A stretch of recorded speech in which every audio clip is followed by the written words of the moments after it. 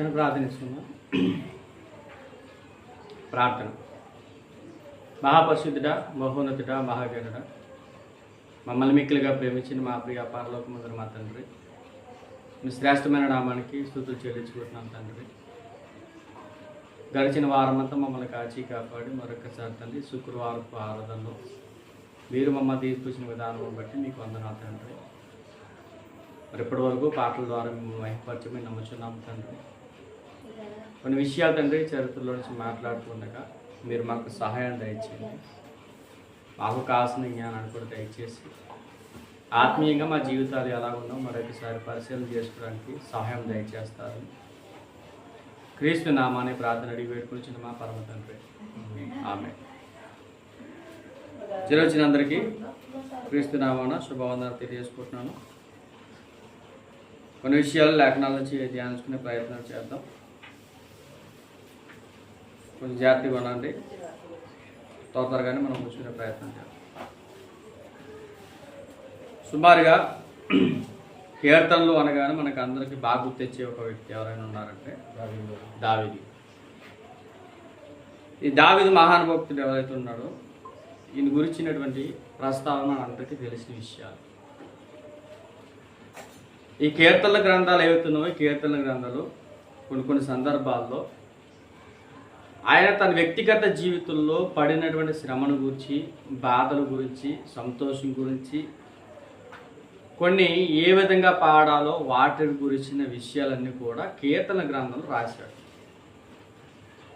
అయితే మన కీర్తన గ్రంథం అంటే కేవలం దావీదు గారు మాత్రమే రాశారని కాదు, కానీ ఇంకెవరు రాశారు? సొలొమోను మహాభక్తుడు రాశాడు, తర్వాత కోరహ కుమారులు రాశారని, మోషే గారు రాశారని, ఇంకా కొంతమంది భక్తులు వాళ్ళందరూ కలిసి రాసినటువంటి గ్రంథం కీర్తన. అయితే ఈ కీర్తన గ్రంథాన్ని మనం చదువుతున్నప్పుడు కొన్ని ఆధ్యాత్మికమైనటువంటి కోణాలు కూడా చాలా విషయాలు మనకు కనబడతాయి. అందులో ఒక కీర్తన గురించిన విషయం మన రోజు రాత్రికాల సమయంలో తెలుసుకునే ప్రయత్నం చేద్దాం. చాలా జాగ్రత్త వెళ్ళడానికి ప్రయత్నం చేద్దాం.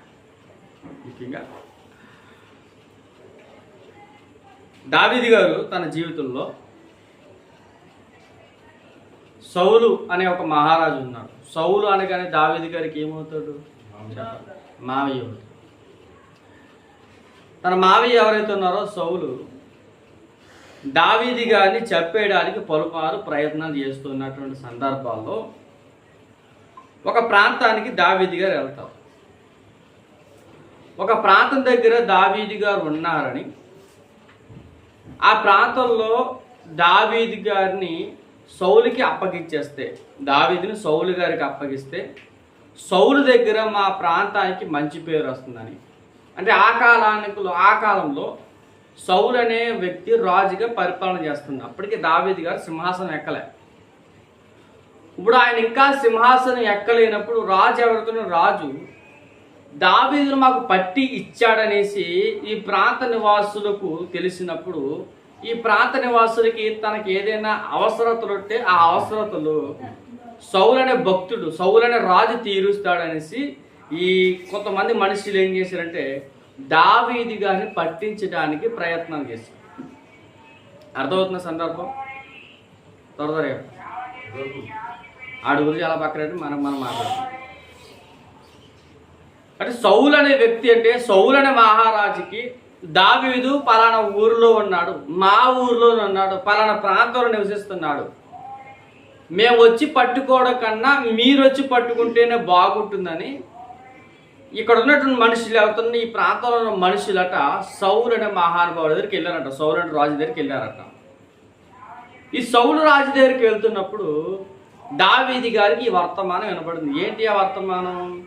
ఈ ప్రాంత నివాసులు ఎవరితో, ఈ ప్రాంత నివాసులు సౌలుతో మాట్లాడారు. దావీదు ఎవరైతే ఉన్నారో దావీదు అనే మహారాజు, అంటే దావీదు అనే వ్యక్తి మా ప్రాంతంలో నివసిస్తున్నాడనే విషయం సౌలుకు తెలిసిపోయిందనే విషయం తెలియగానే దావీదు గారు కూడా చాలా సందర్భాలు ఏడ్చాడు. ఆ ఏడుస్తూ రాసిన కీర్తనే 54వ కీర్తన. తీద్దాం బైబిల్. 54వ కీర్తన 54వ కీర్తన పైన చదువుదాం. ప్రధాన గాయకునికి తంతి వాద్యములతో పాడదగినది జీఫీలు వచ్చి దావీదు మాలో దాగి ఉన్నాడు కాడా అని సౌలుతో చెప్పినప్పుడు దావీదు రచించిన దైవ ధ్యానం. బాగా వినండి. జీఫీయులు అనే ప్రాంత నివాసులు ఉన్నారట. ఈ జీఫీలు అనే ప్రాంత నివాసులు ఎవరైతే ఉన్నారో, ఈ జీఫీలు అనే ప్రాంత నివాసులు ఉన్న ప్రాంతంలో ఎవరున్నారట? దావీదు గారు ఉన్నారట. ఇప్పుడు జీఫీలు ఎవరైతే ఉన్నారో, ఇప్పుడు జీఫీలు ఏం చేశారంటే సౌలు దగ్గరికి వెళ్ళి చెప్పారంట. ఏమని? ఇదిగో దావీదు మా ప్రాంతంలో ఉన్నాడని చెప్పడానికి ప్రయత్నాలు చేశారట. ఆ టైంలో దావీదు గారు రచించినటువంటి కీర్తనే 54వ కీర్తన. బాగా వినండి అన్నారు. బాగా వినండి త్వరగా. మొదటి రోజు నుంచి చదువుదాం. దేవా నీ నామమును బట్టి నన్ను రక్షింపు. నీ పరాక్రమమును బట్టి నాకు న్యాయం తీర్చు. దేవా నా ప్రార్థన ఆలకించు. నా నోటి మాటలు చెవిని పట్టుము. అన్యులు నా మీదికి లేచి ఉన్నారు. రాజులు బలాఢ్యులు నా ప్రాణము తీయ చూచున్నారు. వారు తమ ఎదుట దేవుని ఉంచుకున్న వారు కారు. బాగా ఇప్పుడు జీఫీలు అనే ఒక తెగ కనపడుతుంది. జీఫీలు ఇంతకీ దావీదు గారు ట్రావెలింగ్ చేసినటువంటి కొన్ని ఏరియాస్ ఉన్నాయి. అంటే ఆయన ఎక్కడెక్కడైతే దారి తప్పిపోయాడో, ఎక్కడైతే దాక్కున్నాడో ఆ ప్రాంతంలో ఒక ప్రాంతం జీపు. ఈట ప్రాంతం జీపు. బైబిల్ మ్యాప్ దగ్గర ఉంది కదా, ఒకసారి బైబిల్ తీయండి. క్రొత్త నిబంధన కాలపు క్షమించిన ఇశ్రాయేలు గోత్రము తెలుపు పాలస్తీన పట్టణం ఉంటుంది. ఇశ్రాయేలీల గోత్రములను తెలుపు పాలస్తీన పట్టణం. అందులో మొత్తం 12 గోత్రాలు కనబడతాయి. ఒక బాక్స్ ఉండి ఆ బాక్స్లో రూబోయిన్, సుమ్యోను, లేవి, యూద వీళ్ళందరి పేర్లు కనబడతాయి. కనబడుతుంది మీకు ఉన్నాయా లేదా? ఇశ్రాయేలీలను గోత్రములను తెలుపు పాలస్తీన పట్టము. ఇంకా ఎవరు? తొందరగా చూడాలి.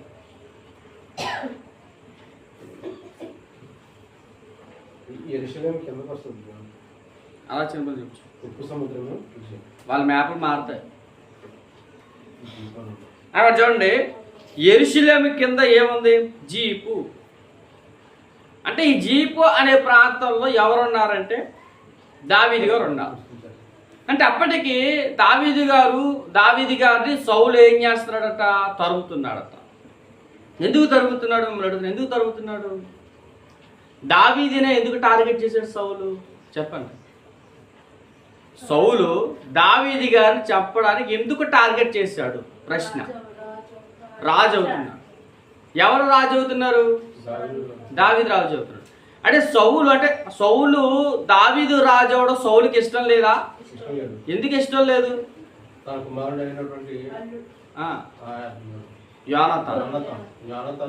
అంటే బాగా అర్థమవుతుంది.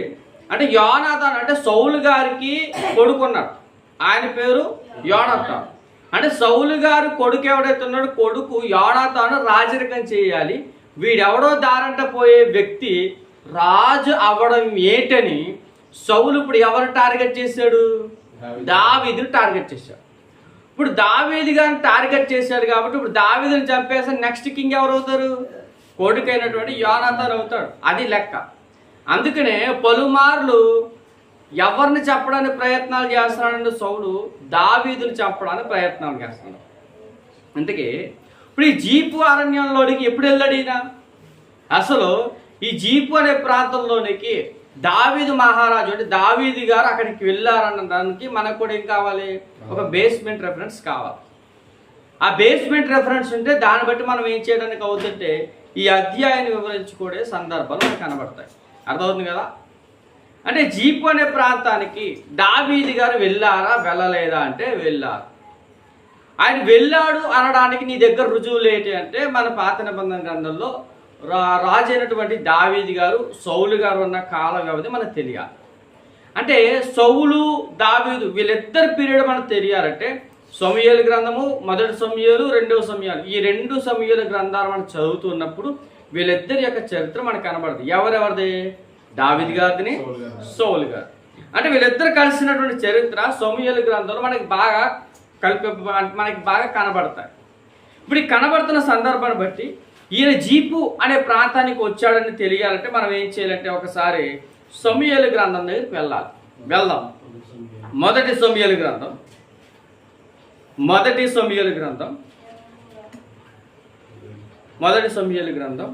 23వ అధ్యాయం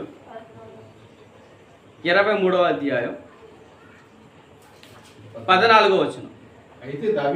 అయితే దావీదు అరణ్యములోని కొండ స్థలముల యందు జీపు అను అరణ్యమున ఒక పర్వతమునందు నివాసము చేయుచుండెను. సౌలు అనుదినము అతని వెతికినను దేవుడు సౌలు చేతికి అతన్ని అప్పగించలేదు. బాగా వినండి. ఈ 23వ అధ్యాయం మొదటి నుంచి 13 వచనాలు ఉన్న సందర్భాలు ఏంటంటే బాగా అది గుర్తుపెట్టుకుంటే తర్వాత మనం ముందుకు వెళ్ళే ప్రయత్నాలు ఉంటాయి. ఫిలిస్తీన్లు కొంతమంది ఇశ్రాయేలు మీదకి దండెత్తడానికి వస్తున్నారు ఆ టైంలో. అంటే దావీదు గారు, సౌలు గారు ఉన్న కాలంలోనే. సౌలు మహారాజుగా ఉన్నప్పుడు దావీదు గారికి ఇచ్చిన పోస్ట్ ఏంటనుకుంటున్నారు? వీళ్ళందరికీ సైనికులకు ఒక అధికారిగా పెట్టాడు సౌలు అనే వ్యక్తి, రాజుగారు. ఎవరిని? దావీదు గారు. అంటే యుద్ధం మీద అవగాహన ఉంది, యుద్ధాలు బాగా చేస్తాడు, ఎవరైనా చంపేయగలడు, కత్తి చేత చంపగలడు, ఒక సామర్థ్యం, ధైర్యం, ధీమ. అప్పుడు సౌలు గారు ఎవరి మీద ఇచ్చారంటే దావీదు గారి మీద ఇచ్చారు. ఇప్పుడు దావీదు గారు యుద్ధం మీద అలా వెళ్తున్నప్పుడు ఫిలిస్తీయులు, కెయ్య, ఈ రెండు ప్రాంతాలతో యుద్ధానికి వెళ్తున్నప్పుడు ఏ ప్రాంతం మీదకి యుద్ధానికి వెళ్ళమంటారు? ప్రభువా దేవుని అన్నప్పుడు కెయ్యల మీదకి వెళ్ళాను. వీళ్ళ కెయ్యల అంటే ఫిలిస్తీయులు, కెయ్యల ఈ రెండు దేశాలకు వెళ్ళినప్పుడు ఫిలిస్తీయులకు ఎదురుగా కెయ్యలకు మేము వచ్చినాయి మరింత భయం కలగగా, చూడండి, ఫిలిస్తీయులు నీ చేతికి అప్పగించుదని యెహోవా సెలవిచ్చాడు. ఫిలిస్తీయుల మీదకి యుద్ధానికి వెళ్ళాడు. ఎవరు అనుకుంటున్నారు? దావీదు గారు. బాగా అంటే ఫిలిస్తీయుల మీదకి దావీదు గారు యుద్ధం చేస్తూ ఉన్నప్పుడు ఫిలిస్తీయులు ఓడిపోయారు. అర్థమవుతుందా? ఫిలిస్తీయులు ఓడిపోయారు. కెయ్యల అనే ప్రజలు ఏం చేశారంటే దావీదు గారు తీసుకుని వస్తూ ఉన్నారంట. ఎవరి దగ్గరికి? సౌలు దగ్గరికి. కెయ్యల అనే ప్రజలు దావీదు గారు తీసుకుని వెళ్తూ ఉంటే దేవుని అడిగారంట, ప్రభువా వీళ్ళు నన్ను కెయ్యల ప్రజలు నన్ను సౌలు దగ్గర తీసుకుని వెళ్తున్నారు, ఎందుకు తీసుకెళ్తున్నారు? నాకు అర్థం కావట్లేదు ప్రభువా, సౌలు ఏమో నన్ను టార్గెట్ చేశాడా అని దేవుని అడిగాడట. ఎవరు? దావీదు. అప్పుడు దావీదు అన్నాడట, దావీదుతో దేవుడు అన్నాడట, సౌలు దగ్గరికి నిన్ను ఎందుకు తీసుకెళ్తున్నారంటే సౌలు నిన్ను చంపేయాలని కుట్ర పన్నాడు. దావీదు నువ్వేం చేస్తుంటే వారి నుంచి తప్పించుకుని పారిపో, నేను నిన్ను కాపాడుతానని దేవుడు సెలవిచ్చాడు. ఆ సెలవిచ్చిన ప్రకారం దేవుడు ఏం చేశాడంటే ఆ కెయ్యల ప్రజల్లో నుంచి తప్పించుకుని పారిపోయాడు. ఎక్కడ పారిపోయాడు? జీపు అనే ప్రాంతానికి పారిపోయాడు. అర్థమవుతున్నప్పుడు అంటే కెయ్యల ప్రజల మధ్యలో నుంచి పారిపోయిన సంగతి ఎవరు తెలిసింది అనుకున్నారు? సౌలు తెలిసింది. అంటే సౌలు కెయ్యల ప్రజలు దావీదు గారు పట్టుకున్నారని, నువ్వు దావీదు దగ్గరికి ఎంత త్వరగా వస్తే అంత మంచిదని చెప్పినప్పుడు సౌలు పరిగెత్తుకుంటూ వచ్చేసాడు. ఎక్కడికి? కెయ్యల ప్రజల దగ్గర. ఇప్పుడు ఈ కెయ్యల ప్రజల దగ్గర పరిగెత్తుని వస్తూ ఉన్నప్పుడు వీళ్ళు ఏం చేశారంటే పట్టుకున్నారు, కానీ దేవుడి కృప వలన తప్పించుకుని పారిపోయాడు. ఎవరు తప్పించుకుని పారిపోయాడు? దావీదు గారు పారిపోయాడు. ఎక్కడ పారిపోయాడు చెప్పను? జీపు అనే ప్రాంతానికి పారిపోయాడు. ఈ జీపు అనే ప్రాంతానికి పారిపోయినప్పుడు అక్కడ పలుమార్లు అంటే చాలా ప్రాంతాలు తిరుగుతున్నాడు సౌలు అప్పటికే. అర్థమవుతుందా? సౌలు అప్పటికే చాలా ప్రాంతాలు తిరుగుతున్నాడు. కానీ విచిత్రం ఏంటంటే జీపు అనే ప్రాంత నివాసులు ఎవరుతున్నారు? జీపు అనే ప్రాంత నివాసులు దావీదుకిని సౌలుకిని వీళ్ళిద్దరికి పడదనే విషయం వారికి తెలిసిందంట. ఎవరికి? జీపులో ఉన్నవారికి. ఇప్పుడు జీపులో ఉన్నవారికి తెలిసినప్పుడు బాగా విందాం, త్వరగా చదువుదాం 14 నుంచి. అయితే దావీదు అరణ్యములోని కొండ స్థలముల యందు జీపు అను అరణ్యమున ఒక పర్వతము నివాసము చేయుచుండెను. నేను చదువుతాను జాగ్రత్తగా. సౌలు అనుదినము అతను వెతికినను దేవుడు సౌలు చేతికి అతనికి అప్పగింపలేదు. తన ప్రాణము తీయుటకే సౌలు బయలుదేరి తెలుసుకుని దావీదు జీపు అరణ్యంలో ఒక వనమున దిగాను. అంటే ఒక వనం అంటే ఒక ప్రాంతం నుండిపోయాడు. ఎవరు? దావీదు గారు. ఎక్కడ జీపు అనే ప్రాంతంలో బాగా ఉంది. ఈ జీపు అనే ప్రాంతంలో దిగిపోయినప్పుడు అప్పుడు సౌలు కుమారుడైన యోనాతాను లేచి వనములో ఉన్న దావీదునొద్దకు వచ్చి, అర్థమవుతుందా? యోనాతాను అంటే ఎవరు? సౌలు గారి కుమారుడు. ఈ సౌలు గారి కుమారుడు యోనాతాను దగ్గరికి, యోనాతాను ఎవరి దగ్గరికి వచ్చాడంట? దావీదు దగ్గరికి వచ్చాడు. అంటే దావీదు గారు ఏ ప్రాంతానికి వెళ్తున్నాడు, దావీదు గారు ఎక్కడ ఉన్నారు, దావీదు ఎక్కడ షెల్టర్ తీసుకుంటున్నాడో ఆ విషయాలన్నీ ఎవరికి బాగా తెలుస్తున్నాయి? యోనాతానుకి తెలుస్తున్నాయి. యోనాతాను ఎవరు? సౌలు గారి కుమారుడు. అంటే సౌలు గారి కుమారుడు. ఇంకా మాట్లాడుకుంటే దావీదు యోనాతాను వరుసకి ఏమవుతారు? బావమరిది. అర్థమవుతుందా? ఈ బావమరిదులు ఇద్దరు కలిసి ఏం చేస్తున్నారంటే ప్రాణ స్నేహితులుగా మారిపోయారు. ఏంటి బావ అంటే మన భాషలో మనం మాట్లాడుకుంటే దావీదు పెద్దడు అనుకోండి, ఈయన బావమరిది ఎవరు? యోనాతాను. ఏంటి బావ నువ్వు రాజు అవుతున్నట్టే మా నాన్న ఒప్పుకోవట్లేదు ఏంటి బావ అని ఎవరు అన్నాడట? యోనాతాను దావీదుతో అన్నాడట. ఏమోరా నాకేం తెలిసిరా అని వీళ్ళిద్దరూ ముచ్చట్లు పెట్టుకోవచ్చా పెట్టుకోకూడదా? పెట్టుకుంటారు. కానీ ఎవరి మీద విసుపు చూపు ఉంది చెప్పిన? సౌలు గారికి దావీదు మీద విసుపు చూపు ఉంది. ఎందుకంటే ఈయన క్యాపబిలిటీ ఏంటి? గొర్రెల కాపరి. అర్థమవుతుందా? ఈయన గొర్రెల కాపరి. తర్వాత వీళ్ళ అన్నయ్యలు సెక్యూరిటీ బార్డర్లో సైనికులు. ఇలాంటి వారు ఎవరితో? ఇలాంటి వారిని దేవుడు లేపి ఏం చేశాడు? రాజుగా చేయడం ఏంటనేసి ఈయన మీద విసుపు చూపు చూపారు. ఎవరు అనుకుంటున్నారు? సౌలు. ఇంకా విచిత్రమైన సంగతి చెప్పనా? సౌలు మిక్కిలి ధనవంతుడు. తెలుసా? ఈయన చాలా ధనవంతుడు. ఎవరు అనుకుంటున్నారు? సౌలు ధనవంతుడు. నేను ధనవంతుని కాబట్టి నాకున్న క్యాపబిలిటీ బట్టి, నేను నాకున్న రిచెస్ట్ పర్సన్ బట్టి నేను నా తర్వాత నా కొడుకు రాజు అవ్వాలి. అలాంటిది ఎక్కడో మారుమూల ప్రాంతానికి సంబంధించిన వాడు, గొర్రెలు కాచుకునేవాడు, వాళ్ళ నాన్నకి అన్నం ఉంటుందో సరిగ్గా ఉంటుందో ఉండదో కూడా తెలియని ప్రజానికుని రాజుని చేయడం ఏంటని సౌలు దావీదు మీద విషపు చూపాడు. ఈ విషయాలన్నీ బాగా గుర్తుపెట్టేసుకుని ఏం చేశాడంటే చంపేద్దాం అని ఫిక్స్ అయిపోయాడు. ఈ విషయం దావీదు యోనాతాను మధ్య జరుగుతున్న డిస్కషన్. యోనాతాను అంటున్నాడట, బావ నువ్వు ఎక్కడ ఉన్నా కానీ నేనున్నా, నీ వెనక నేను తోడుంటా, నువ్వు భయపడకు. ఒకవేళ మా నాన్న నీ దగ్గరకు వస్తున్నాను విషయం నాకు తెలిస్తే నీకు చెప్తాను, నువ్వు పలానా ఏదో ఒక ప్రాంతాన్ని పార్పో, కానీ ఆ ప్రాంతం నాకు చెప్పు అనేసి యోనాతాను దావీదు వీళ్ళిద్దరు కూడా డిస్కషన్ చేసుకుంటున్నారు. ఆ డిస్కషనే 17వ వచనం. నీవు ఇశ్రాయేలులకు రాజు అవుతావు, నేను నీకు సహకారం అవుతాను. ఇది నా తండ్రి అయిన సౌలునకు తెలిసి ఉన్నదని అతనితో చెప్పి దేవుని బట్టి అతన్ని బలపరచు. వీరిద్దరూ యెహోవా సన్నిధిని నిబంధన చేసుకున్న తర్వాత దావీదు వనములో నిలిచెను. యోనాతాను తన ఇంటికి తిరిగి వెళ్ళిపోయాడు. అర్థమవుతుందా? అంటే యోనాతాను దావీదు కూడా ఎలా ఉన్నారు? బాగానే ఉన్నారు. కానీ మధ్యలో పొలలు పెట్టి బ్యాచ్ ఎవడు? సౌలు. తర్వాత త్వరగా 19వ వచనం. జీఫీయులు బయలుదేరి, జీఫీయులు అంటే ఎవరు? ఆ ప్రాంత నివాసులు. అంటే దావీదు గారు ఎక్కడైతే నివాసం ఉంటున్నాడో ఆ ప్రాంత నివాసులు బయలుదేరి ఎక్కడికి వెళ్ళారంట? గిబియాలో ఉన్న సౌలు వద్దకు వచ్చి. అంటే సౌలు గారు ఎక్కడి నుంచి పరిపాలన స్టార్ట్ చేసింది? గిబియాలో పరిపాలన స్టార్ట్ చేశారు. ఎవరు? సౌలు గారు. ఈ గిబియా అనే ప్రాంతానికి వెళ్ళిపోయినట్టు వాళ్ళు వెళ్ళిపోయి యోషిమోనుకు దక్షిణమునున్న హకీలా మన్యములోని అరణ్యమున కొండ స్థలముల యందు మా మధ్య దావీదు దాగి ఉన్నాడే. అర్థమవుతుందా? అంటే జీఫీలు ఇప్పుడు ఎవరి దగ్గరికి వెళ్ళి చెప్తున్నారట? సౌలు దగ్గరికి వెళ్ళి చెప్తున్నారట, అయ్యా దావీదు పలానా ప్రాంతంలో నివాసం ఉంటున్నాడు, ఆ ప్రాంతంలో నివాసం ఉండి రాజా నీ మనోభీష్టం అంతటి చెప్పున దిగిరము, రాజుని నీ చేతికి అతన్ని అప్పగించటం మా పని అని చెప్పక. వీళ్ళకి ఎందుకు సరదా చెప్పండి? ఇక అర్థమవుతుందా?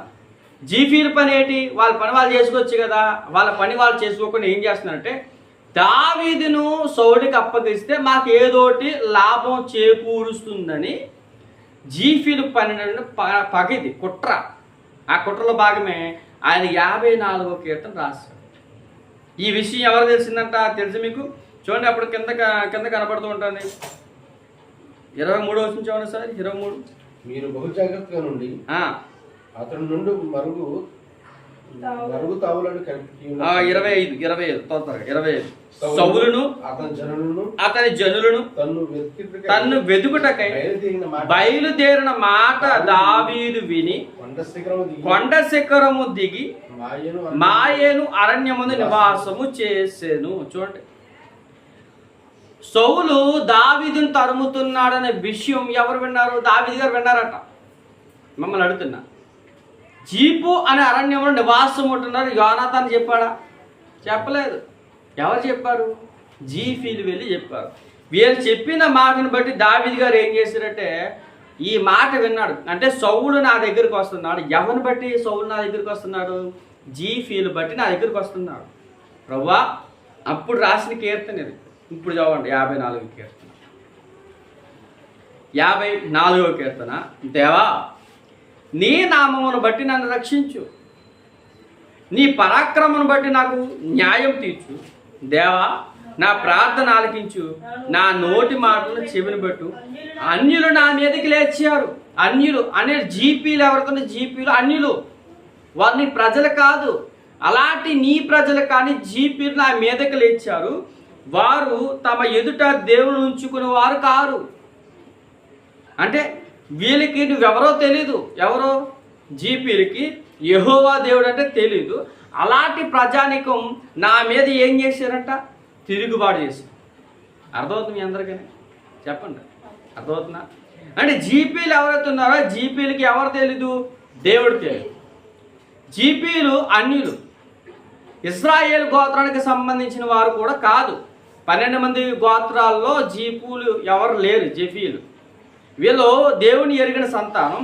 ఈ దేవుని ఎరిగిన సంతానం నన్ను ఏం చేస్తున్నారంటే సౌలుకి అప్పగించడానికి ప్రయత్నాలు చేస్తున్నారు. ఏటి ప్రభా, నన్ను ఎక్కడ కూడా ప్రశాంతంగా ఉండనివ్వట్లేదు, అన్యులు కూడా నన్ను ప్రశాంతంగా బ్రతకనివ్వట్లేదు. ఎక్కడ? అరణ్య మార్గంలో.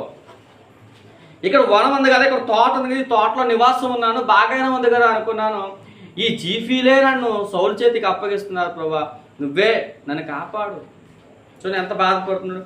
ఇదిగో దేవుడే నాకు సహాయకుడు, ప్రభువే నా ప్రాణమును ఆదరించువాడు.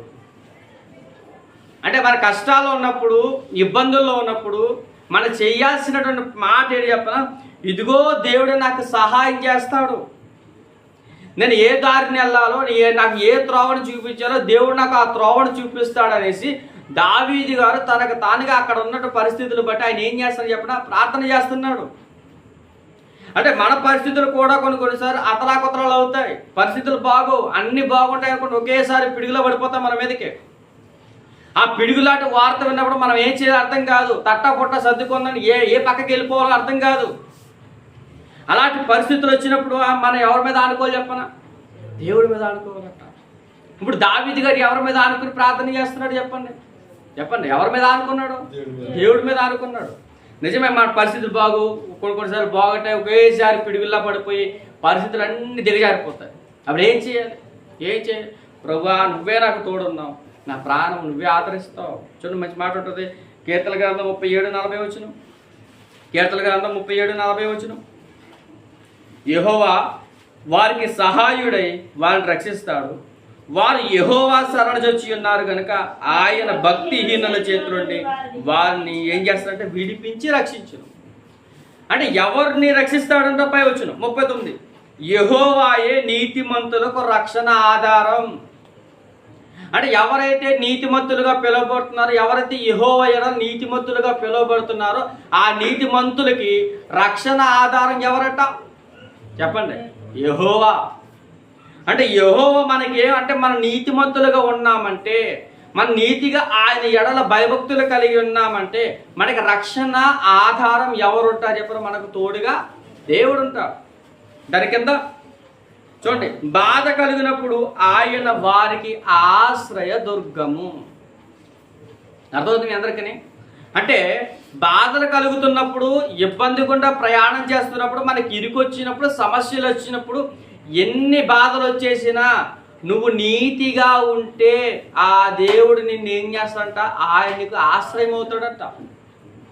అప్పుడు ఆయన అన్నాడు చూడండి, యెహోవా వారికి సహాయకుడే ఉంటాడు. అంటే ఇప్పుడు దావీదు గారు చేసిన ప్రార్థన ఎందుకు చేశాడు? సౌలు దావీదు గారిని చంపేయడానికి వస్తున్నాడు. ప్రభువా, నువ్వు ఉన్నావని ఇదిగో దేవుడే నాకు సహాయకుడు, ప్రభువే నా ప్రాణమును ఆదరిస్తాడు, నా శత్రువులు చేయి కీడు ఆయన వారి మీదకి రప్పించును. అర్థమవుతుందా? అంటే శత్రువులుగా పిలువబడుతున్న వారు ఎవరితో వీళ్ళందరూ కూడా నన్ను ఏం చేయాలనుకుంటున్నారు? చంపేయాలనుకుంటున్నారు, కీడు చేయాలనుకుంటున్నారు. ఈ కీడు చేయాలనుకున్న వారికి దేవుడు వారి మీదకి రప్పించును. తర్వాత నీ సత్యమును బట్టి వారిని నశింపచేయము. స్వేచ్ఛ అర్పణములను బలులను నేను నీకు అర్పించేదను. యెహోవా నీ నామము ఉత్తమము, నేను దానికి కృతజ్ఞతాస్తుతులు చెల్లించుచున్నాను. ఆపదలన్నిటిలో నుండి ఆయన నన్ను విడిపించి ఉన్నాడు. నా శత్రువుల గతిని చూసి నా కన్ను సంతోషించుచు ఉన్నది.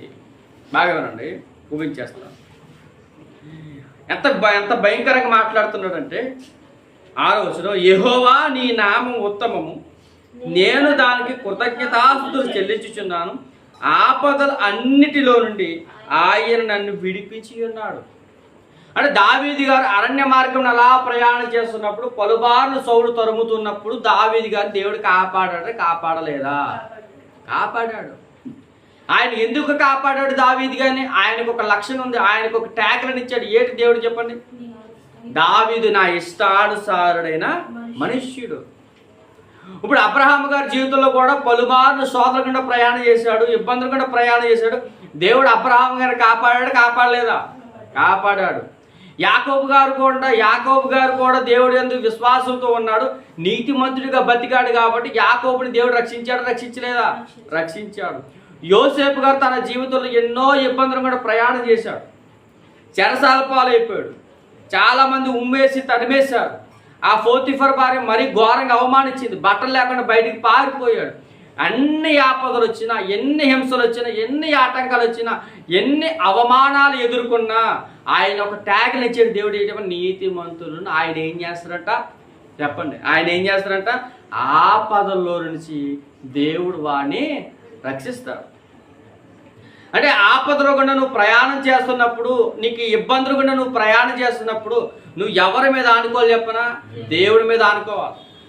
అప్పుడు దేవుడి మీద మనం ఆనుకుంటే దేవుడు మనల్ని ఏం చేస్తాడంట? కాపాడుతాడట. అంటే ఇప్పుడు దావీదు గారు చేసినటువంటి 54వ కీర్తన, ఈ ప్రార్థన ఏదైతుందో, ఈ ప్రార్థన ఎక్కడ చేశాడు? ప్రార్థన జీపు అనే ప్రాంతంలో చేశాడు. ఇప్పుడు జీపు అనే ప్రాంతంలో ప్రార్థన చేసినప్పుడు ఈయన ఆల్రెడీ వేరే ప్రాంతానికి వెళ్ళిపోయాడట. చూడండి ఒకసారి, మళ్ళీ వెళ్తాం. మొదటి సమూయేలు గ్రంథం ముగించుకుందాక. మొదటి సమూయేలు గ్రంథం 13వ అధ్యాయం 23వ అధ్యాయం 23వ అధ్యాయం ఎక్కడికి వెళ్ళిపోయాడైనా? 25వ వచనం, 23, 25. సౌలును అతని జనులను తన్ను వెదుకుటకై బయలుదేరిన మాట దావీదు విని కొండ శిఖరము దిగి మాయేను అరణ్యమందు నివాసము చేసెను. సౌలు అది విని మాయేను అరణ్యములో దావీదును చూడండి ఎక్కడ ఉన్నాయి. చూడండి, దావీదు గారు జీపు అరణ్య మార్గం నుంచి ఎక్కడికి పారిపోయాడంట? మాయేను అరణ్యం ముందు పారిపోయాడు. ఈ మాయేను అరణ్యం ముందు పారిపోతే ఇప్పుడు సౌలు కూడా ఎక్కడికి వచ్చేసాడంట? మాయేను ప్రాంతాన్ని కూడా తరుముకుంటూ వెళ్ళిపోతున్నాడు. అర్థమవుతుందా? ఇప్పుడు ఎదురుకుంటే టార్గెట్ కనబడుతుంది. సౌలుకి ఎవరు? దావీదు. ఇప్పుడు దావీదు గారు టార్గెట్ కనబడుతున్నప్పుడు ఇప్పుడు దావీదు గారు జీప్ అనే ప్రాంతంలో ప్రార్థన చేశాడు. ప్రభువా, నేను మళ్ళీ పలానా ప్రాంతానికి పారిపోతున్నా, నువ్వే నన్ను కాపాడదు, ఎందుకంటే నువ్వు ఆపదలు నువ్వు నన్ను కాపాడుతావు, నాకు ధైర్యం ఉంది. నాకు కష్టం వచ్చినప్పుడు నేను నీకు మొరబెట్టుకున్నా, నువ్వు నాకు కష్టం వచ్చినప్పుడు, నాకు ఇబ్బంది వచ్చినప్పుడు, నాకు ఆపద అనేది వచ్చినప్పుడు నువ్వు ఉన్నావని ధైర్యం నేను ముందుకు వెళ్తున్నా, నువ్వే నన్ను కాపాడాలనేసి దావీదు గారు ప్రార్థన చేసి ప్రారంభం చేశాడు. ఎక్కడికి వెళ్ళిపోయాడు? మాయేను అనే ప్రాంతానికి పోయాడు. ఈ మాయేను ప్రాంతానికి పోయినప్పుడు మేము నడుతున్నా సౌలు వెనకాల వెళ్తే నిజంగా చెప్తున్నా జర్నీ ఏమైపోతుంది చెప్పండి? సౌలు టార్గెట్ రీచ్ అయిపోతారు కదా దావీదు చెప్పడానికి. కానీ విచిత్రం ఏంటంటే దేవుడు ఆ ప్రార్థన విన్నాడు. ఎవరు ప్రార్థన? దావీదు గారి ప్రార్థన. దావీదు గారి ప్రార్థన దేవుడు ఏం చేసి చెప్పనా? ఈయన సౌలు దావీదు గారిని తరిమితే ఈ కింద నుంచి ఫిలిష్తీయులు వచ్చేసారట. ఎక్కడ అనుకుంటున్నారు? గిబియోను అనే ప్రాంతం. అంటే సౌలు గారు ప్రయాణం చేస్తున్న ఆ ప్రాంతం పెట్టిన ఆ ప్రాంతంలోనికి ఫిలిష్తీయులు పంపాడట దేవుడు. ఎంత విచిత్రం చూడండి. త్వరగా ముగించుకుందాం. 27వ వచనం, 27 ఆ ఇట్లు ఉండగా దూత ఒకడు సౌలునద్దకు వచ్చి, నీవు త్వరగా రమ్ము, ఫిలిష్తీయుల దండి వచ్చి దేశంలో చొరబడి ఉన్నారు. అర్థమవుతుందా? అంటే వీళ్ళు ఎవరైతే ఉన్నారో సౌలు అతని వెంబడి వచ్చినటువంటి సైనికులు, జీఫీలు, వీళ్ళందరూ కూడా కలిసి మూకుమ్మడిగా ఎవరి మీద దాడి చేయడానికి వస్తున్నారు? దావీదు మీద మూకుమ్మడిగా దాడి చేయడానికి వస్తున్నారు. ఇప్పుడు ఫిలిష్తీయుల దేవుడు ఏం చేశాడంటే, ఒరే సౌలు అలాగే వెళ్తున్నాడు కదా, మీరు ఎలా వచ్చింది ఎవరి మీదకి? ఇశ్రాయేల్ మీద. ఇశ్రాయేల్ ప్రజల మీద మీరు పడితే ఇప్పుడు సౌలు ఏం చేస్తాడు? మరలా వెనక్కి వచ్చేస్తాడు. టార్గెట్ ఎవరు మిస్ అయిపోతారు? ఇప్పుడు దావీదు మిస్ చేసేస్తాడు. అంటే దేవుడు చూడండి, ఆపదలు గుండా ఉన్నప్పుడు దేవుడు మళ్ళీ ఏం చేస్తాడట? కాపాడుతాడు. మరి ఎన్ని శ్రమలు వచ్చినా, ఎన్ని ఆటంకాలు వచ్చినా, ఎన్ని ఇబ్బందులు ఉన్నా మనం ఎవరి మీద అనుకోవాలి? దీన్ని బట్టి నిజంగా ఆ మాయేను అరణ్యం ముందు అలా వెళ్ళిపోతున్నప్పుడు దావీదు దగ్గర కనబడుతుంది. ఏం చెప్తుంది? దావీదుని సౌలు ఏం చేస్తాడు? చంపేస్తాడు. కానీ దేవుడు ఆయన చంపకుండా ఉండడానికి ఫిలిష్తీయులను పంపించాడంట. ఏ ప్రాంతానికి? సౌలు ఎక్కడైతే రాజ్య పరిపాలన చేస్తున్నాడో ఆ రాజ్య పరిపాలన దగ్గరికి సౌలు, క్షమించండి, దేవుడు ఫిలిష్తీయులు పంపిస్తే సౌలు ఇప్పుడు ఎక్కడికి వచ్చాడు చెప్పిన? ఫిలిష్తీయులతోటి ఇశ్రాయేలు ప్రజలు యుద్ధం చేయడానికి పంపించేశాడు. ఇప్పుడు సౌలు ఏం చేశాడు? మళ్ళా తన ప్రాంతానికి వచ్చాడు, ఫిలిష్తీయులతో యుద్ధం చేశాడు. అంటే ఎంత విచిత్రందంటే, ఇప్పుడు జీపు అనే ప్రాంతంలో ఉన్నటువంటి వారు చేసినటువంటి కార్యం ఏంటంటే కుదరలేకపోయాడు. ఆ తర్వాత మరలా ఆయన ఏం చేశాడో తెలుసా? ఈ జర్నీలో ముగిచేస్తాను. ఇంకా ఈ జర్నీ చేసిన తర్వాత అబీగయాలు గారిని పెళ్లి చేసుకుంటాడు. ఎవరు అనుకుంటున్నారు? తెలుసా మీకు? అబీగయాలు గారిని దావీదు గారు మ్యారేజ్ చేసుకుంటారు. ఈయన మ్యారేజ్ చేసుకున్న తర్వాత మళ్ళీ రిటర్న్ వస్తున్నాడట. ఎవరు అనుకుంటారు? దావీదు గారు అబీగయాలు మ్యారేజ్ చేసుకున్న తర్వాత మళ్ళీ ఈయన రిటర్న్ వస్తున్నప్పుడు జీప్ అనే ప్రాంతం కనబడుతుంది. మళ్ళీ బాబు ఈయన మళ్ళీ రిటర్న్ వస్తున్నప్పుడు ఈ జీప్ అనే ప్రాంతం కనబడితే మళ్ళీ జీప్ అనే ప్రాంతంలో నివసిస్తాడు. మళ్ళీ కుదురు ఉండాలి కదా, మీకు అర్థమవుతుందా? మళ్ళీ జీప్ అనే ప్రాంతానికి వచ్చిన తర్వాత మళ్ళీ జీపీ నివాసులు అన్నారట, అయ్యా అప్పుడు మిస్ అయ్యాడు, ఇప్పుడు మాత్రం మిస్ అవ్వకూడదు, టార్గెట్ మిస్ చేయకండి, ఇదిగో జీపులో పలానా ప్రాంతంలో దావీదు ఉన్నాడని మళ్ళీ జీపీలో ఏం చేశాడు తెలుసా? సౌలు దగ్గరికి వెళ్ళారట. అంత విచిత్రం. ఇది రెండోసారి. అంటే మొదటి 54వ అధ్యాయం అంతా కూడా మొదటిసారి జరిగిన సందర్భం. అర్థమవుతుందా? ఇప్పుడు రెండోసారి గురించి కీర్తన లేదు. ఈ రెండోసారి జరిగిన కీర్తన ఏంటనుకుంటున్నారు? ఆ జీపు అనే ప్రాంతానికి వచ్చిన తర్వాత ఈ జీపు అరణ్యంలో వీళ్ళందరూ కూడా పడుకుంటారు. ఎవరెవరు? సౌలు, అతని సైనికులు అందరూ పడుకున్నప్పుడు దావీదు వస్తాడు. గుర్తుంది కదా? దావీదు వచ్చి ఏం చేస్తాడు? సౌలు గారి ఈటినో ఏదో పట్టుకుని పోతాడు. అది 26వ అధ్యాయంలో ఉంటుంది. ఇది 26. అంటే దావీదు గారు సౌలు గారిని చంపకుండా కత్తిని పట్టుకుని పోయే సందర్భం 26వ అధ్యాయం. అది ఎక్కడ జరిగింది? ఈ జీపు అనే ప్రాంతంలో జరిగింది. అంటే చంపేయడానికి దేవుడు ఎంత పర్మిషన్ ఇచ్చినా దావీదు ఏం చేసి చెప్పినా దేవుడు అభిషేకించిన వాడిని నేను చంపకూడదు అనే ఒక దృఢ సంకల్పంతో దావీదు ఏం చేసింటే సౌలు గారిని చంపకుండా ఆయన చేసాడట. ఎవరు? దావీదు. అది దావీదు గారి యొక్క క్యారెక్టర్. ఇక్కడ యెహోవా చేత అభిషేకం ఉన్నవాడు కనుక యెహోవా చేత అభిషేకుడైన నా ప్రభువునకు నేను ఈ కార్యం చేయను యెహోవాను బట్టి అతన్ని నేను చంపను అని తన జనులతో చెప్పాను. అంటే సౌలు గారిని చంపేయడానికి ఎన్ని అవకాశాలు వచ్చినా దావీదు చంపాడా అంటే చంపలేడు కూడా. అంటే అభిషేకింపబడిన వారిని దావీదు ఏమైనా చేయగలడంటే ఏం చేయలేడు. ఆయన ఏం చేస్తాడు? దేవుడు చూసుకుంటాలే అని దేవుడి మీద భారం వేసి ముందుకు వెళ్ళిపోయే క్యారెక్టర్ ఎవరు అనుకుంటున్నారు? దావీదు గారు.